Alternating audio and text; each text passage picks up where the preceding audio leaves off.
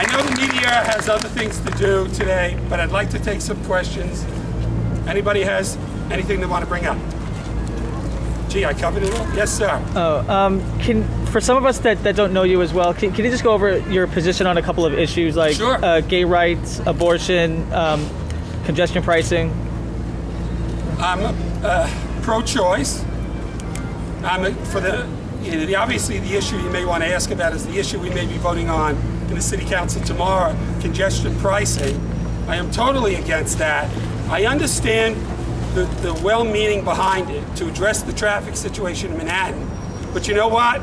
There's a traffic situation in Staten Island, in the Bronx, in Queens, in Brooklyn, and we need to address all of it without putting another tax on the people of this city. There you go, Tony. What was the other? I'm sorry, what was the other? Abortion? No, I said that. I'm pro-life.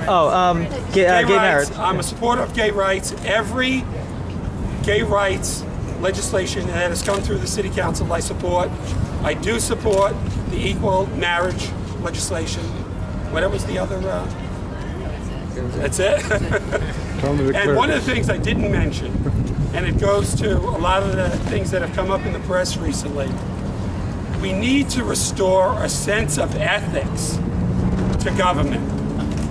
Politics has been shameful, and some of you know who've been covering me since I've been elected, I absolutely hate politics.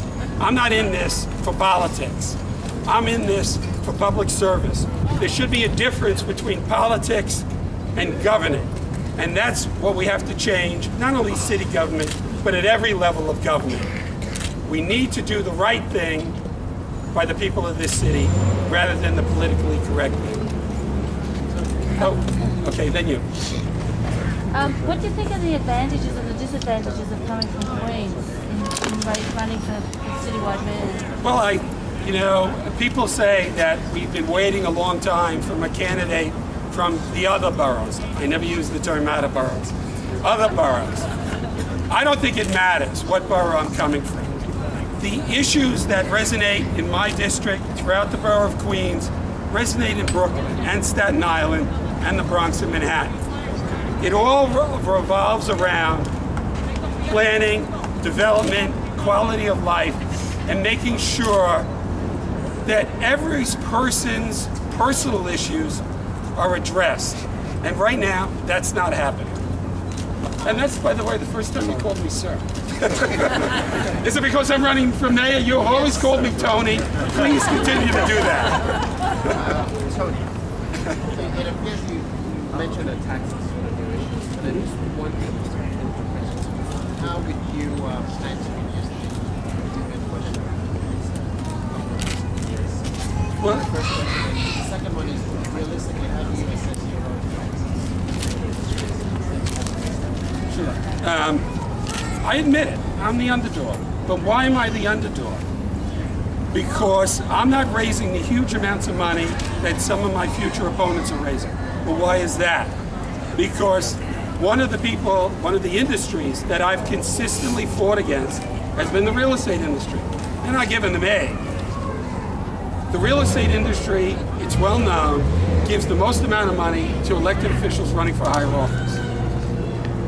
They set the agenda in this city. And I've gone on record, well before I was elected to public office, that we have to take back city government from the real estate industry and the special interests. I'm not going to raise the amount of money some of the others are. I admit that. But at least we have matching funds. We will be competitive at the end of the day. And when did you ever see so many grassroots people standing behind a candidate? This is tremendous. That's what my campaign is going to be all about.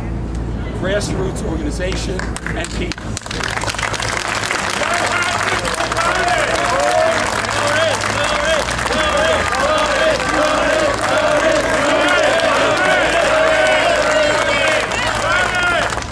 He's got another question. No, I had asked you two questions. Right. One, how would you assess your chances? Right. And the other one, how would you reduce the budget gap? Well, I admitted I'm the underdog. You want to reduce taxes for everybody. But we can win. The Maris poll that came out, without doing anything and without being a citywide candidate or a borough-wide candidate, showed I was already getting 4% in the citywide poll. That's actually very good for somebody who's not at a higher level. In terms of raising the necessary revenue while reducing the taxes and making sure that we cover any budget gap, you can't tell me that we don't waste millions of dollars each and every day in this city. I see it in the city council. I have people who work in the agencies who call me and tell me about certain things. We're going to look at every single agency, every single item that the agency spends their money on. It's almost like we're going to take an efficiency look at how the city operates.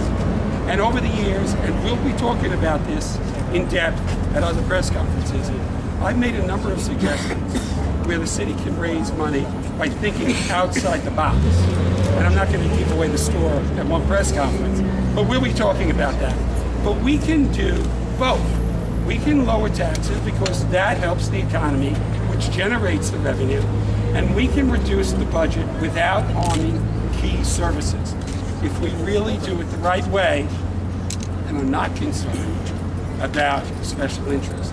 If we do the right thing by the city of New York, by the people of this city, we can do it. You'll have to trust me for the final answer at another press conference. But there will be other press conferences. Now, this is only for questions from the press. I'm sorry.